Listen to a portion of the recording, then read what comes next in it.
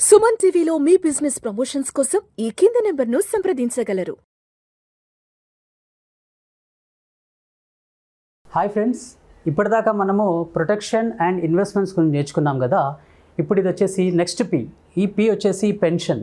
Pension అంటే ఏంటి అంటే, మనం రిటైర్మెంట్ వచ్చిన తర్వాత మనము ఏం చేయకపోయినా మనకి రిటర్న్స్ వచ్చేదాన్నే మనం పెన్షన్ అంటామండి. సో ఈ పెన్షన్లో 3 రకాల ఇన్వెస్ట్మెంట్స్ ఉంటాయి. ఏ అనే పర్సన్ ఇన్వెస్ట్మెంట్ చేస్తున్నాడు, బి అనే పర్సన్ ఇన్వెస్ట్మెంట్ చేస్తున్నాడు, సి అనే పర్చేస్ ఇన్వెస్ట్మెంట్ చేస్తున్నాడు. ఏ అనే పర్సన్ అనేది ఇతని దగ్గర డబ్బులు లేదు, కానీ ఇతను రెగ్యులర్గా సేవింగ్ చేసిన తర్వాత వచ్చేదాన్ని ఇతను పెన్షన్ రూపంలో తీసుకుంటున్నాడు. 30 ఇయర్స్ పర్సన్ అనుకుందాము. ఇతను రెగ్యులర్గా 60 ఇయర్స్ వరకు ఇతను రెగ్యులర్గా కాంట్రిబ్యూట్ చేస్తూ ఉంటారు. దీన్ని మనము అక్యుములేషన్ ఫేస్ అంటారండి. అక్యుములేషన్ ఫేస్ ఏంటి అంటే, అతనికి వచ్చిన శాలరీలో ఏదైతే ఉందో 20% 30% రూపీస్ అమౌంట్ అనేది ఇతను రెగ్యులర్గా ఈ పెన్షన్ కోసం అని కాంట్రిబ్యూట్ చేసిన తర్వాత, ఇతను ఏజ్ 60 ఇయర్స్ వచ్చిన తర్వాత ఈ అమౌంట్ అనేది చాలా బిగ్ అమౌంట్ అవుతుంది కదా. Let us that 1 crore rupees amount అయింది అనుకుందాము. దీన్ని మనము పర్చేస్ ప్రైస్ అంటాము. ఈ పర్చేస్ ప్రైస్లో గవర్నమెంట్ ఏం చేసింది అంటే 60% అనేది మీరు మీ సొంత అవసరాల కోసం, అంటే 1 కోటి రూపాయలలో 60 లక్షల రూపాయల అమౌంట్ అనేది మీరు మీ మెడికల్ ఎక్స్పెన్సెస్ కోసం కానివ్వండి, దేనికోసమైనా మీరు విత్డ్రాల్ చేయొచ్చు.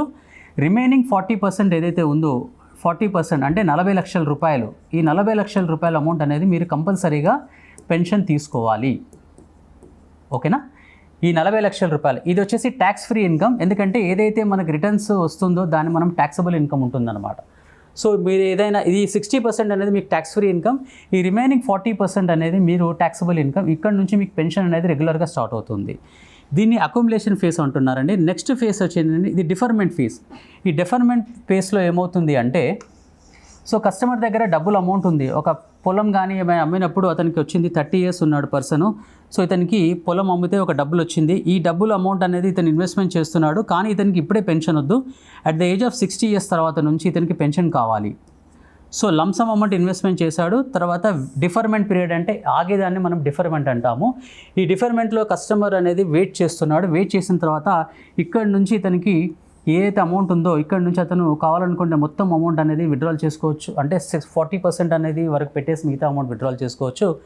దీన్ని మనము కమ్యుటేషన్ అంటామండి. కమ్యుటేషన్లో ఎలా ఉంటుందంటే మ్యాక్సిమము 60-40% రేషియోలో ఉంటుందండి. అంటే ఇతను మ్యాక్సిమం అప్ టు 60% వరకు, అంటే ఇతను 50%, 30% అండ్ 70% లాగా పెట్టవచ్చు, లేదా 20% అండ్ 80% లాగా కూడా పెట్టవచ్చు. కానీ మ్యాక్సిమం అయితే అతను 60% మాత్రమే అతను విత్డ్రాల్ చేసుకోవచ్చు as a tax free income లాగా.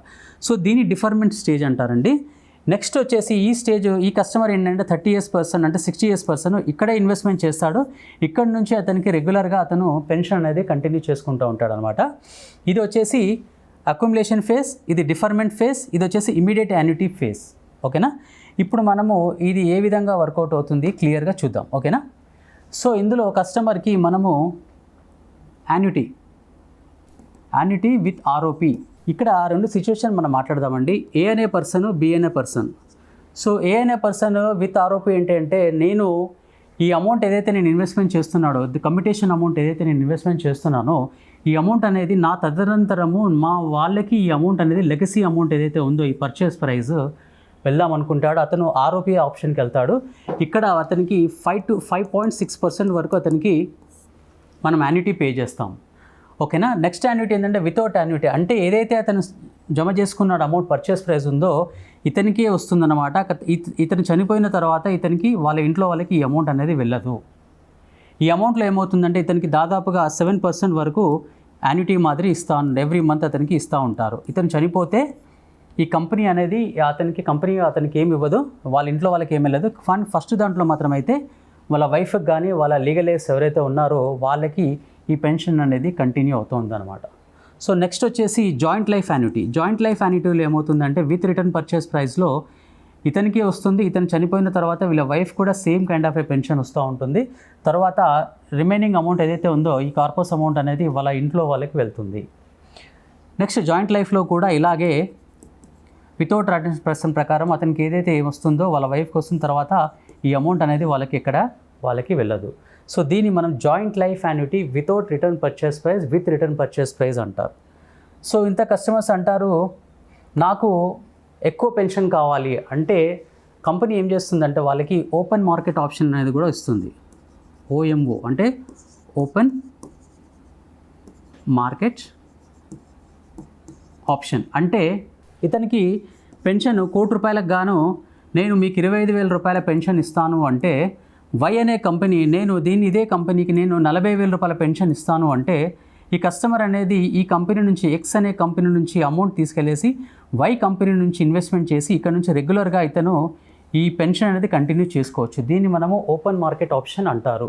కానీ ఇందులో రూల్ ఏంటి అంటే బేస్ దాంట్లో అట్లీస్ట్ అతను 20% అమౌంట్ పెట్టిన తర్వాతనే రిమైనింగ్ 80% అమౌంట్ అనేది వేరే కంపెనీకి అతను ట్రాన్స్ఫర్ చేయాలి. అంటే ఇక్కడ 20% నుంచి ఇక్కడ అతనికి పెన్షన్ స్టార్ట్ అవుతుంది, ఇక్కడ అతనికి 80% దాంట్లో నుంచి రెగ్యులర్గా ఇతని పెన్షన్ అనేది అతనికి లైఫ్ లాంగ్ వచ్చేది అమౌంట్ ఉంటుందన్నమాట. దీన్ని మనము ఓపెన్ మార్కెట్ ఆప్షన్ అంటాము.